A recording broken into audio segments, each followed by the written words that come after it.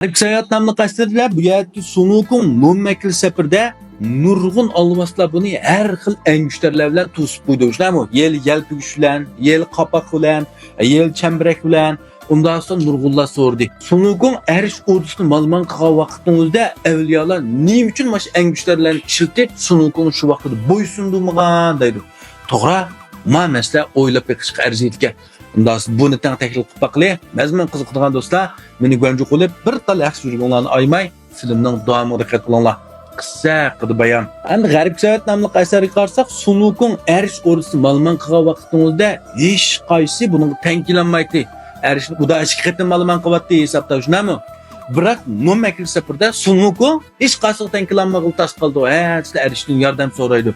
Chunki buning yo'lini asos tutib qo'ydig'ini şu evliyalarının her xil engüşterleri. Mesela gümüş müngüzlük begim bilen altın müngüzlük begimden misal qalsak, bu ikisinin ameliyatı ameli maharati hiç qancha yok. Jang maharati yok, jang quralım yok. Bular faqat Tayshanlovchining hali qopig'i, qoshtish lo'nqisi, siyirlik og'amchisiga tayiniblar Sunukungni bo'ysundurdi. Sunukung shuning uchun bularga tankilanmay oxirida amal yo'q, avliyo peshvosini boshlab kelgan.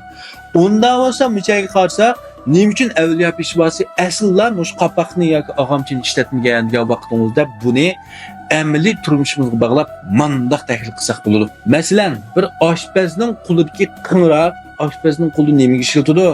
Say to'g'rashqa, go'sht to'g'rashqa, say aqlashqa, shunami? Buning qo'lidagi roli shu taq chanaydi. Biroq bu noit eski, razil bir odamning qo'liga tushib qolsa, qotillik qural ishlatish mumkin. Mannoit ishti qing'roqga deb.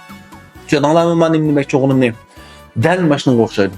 Avliyo peshvosining qo'lidagi qapaqning asli roli nima? Ekstern oyoqlarni hech kimga bermay mashining ichida maxfiy shunday saqlash. Bu engishlarning roli shu. Undan sayli oltin og'amchi asli bu avliyo peshvosining oltin balvig'i. Demak, bu engishlarning aslidagi roli bu evliyalarning pulida boshqacha roli var. Boshqacha tutdi. Biroq alvaslar buni epchib ketgandan keyin ular o'zining hayoshi, o'zining xarakteri bo'yicha boshqacha tutdi. Masalan, Qingyujingning qashidagi haliqi olmos balayjiga qarasaqmi, avliyo peshvosi Sunukun tutqanda bunun altın toqliq kursini dam tatmagan. Faqat kallasiga tekkizib, xudalik Nurjonning chambrigidek uning kayindir bu mushrik ketgan tutib olgan. Biroq buning kallasi Qingyujingning quliga kelganda bu boshqacha rolda ishlayapti. Tushuninglarmi? Turmushimizdagi har bir xil narsalarning rolimi boshqacha. Men yelpigishni yelpsak, Jugulyangdek bizga salqin shamol qildi.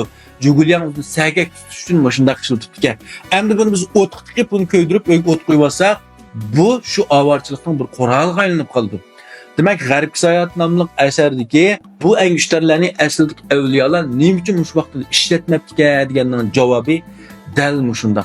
Onun qo'ldagi roli bilan Allohning qo'ldagi roli butunlay o'xshamaydi. Aslida bir xil engüşter bo'lgan bilan. Endi tushuninglarmi, mazmun ayon bo'lib ketdimi? Mana bu bizning amaliy turmushimizga mushunda o'xshaydi. Mushunda tushunishimiz kerak buni. Rahmat.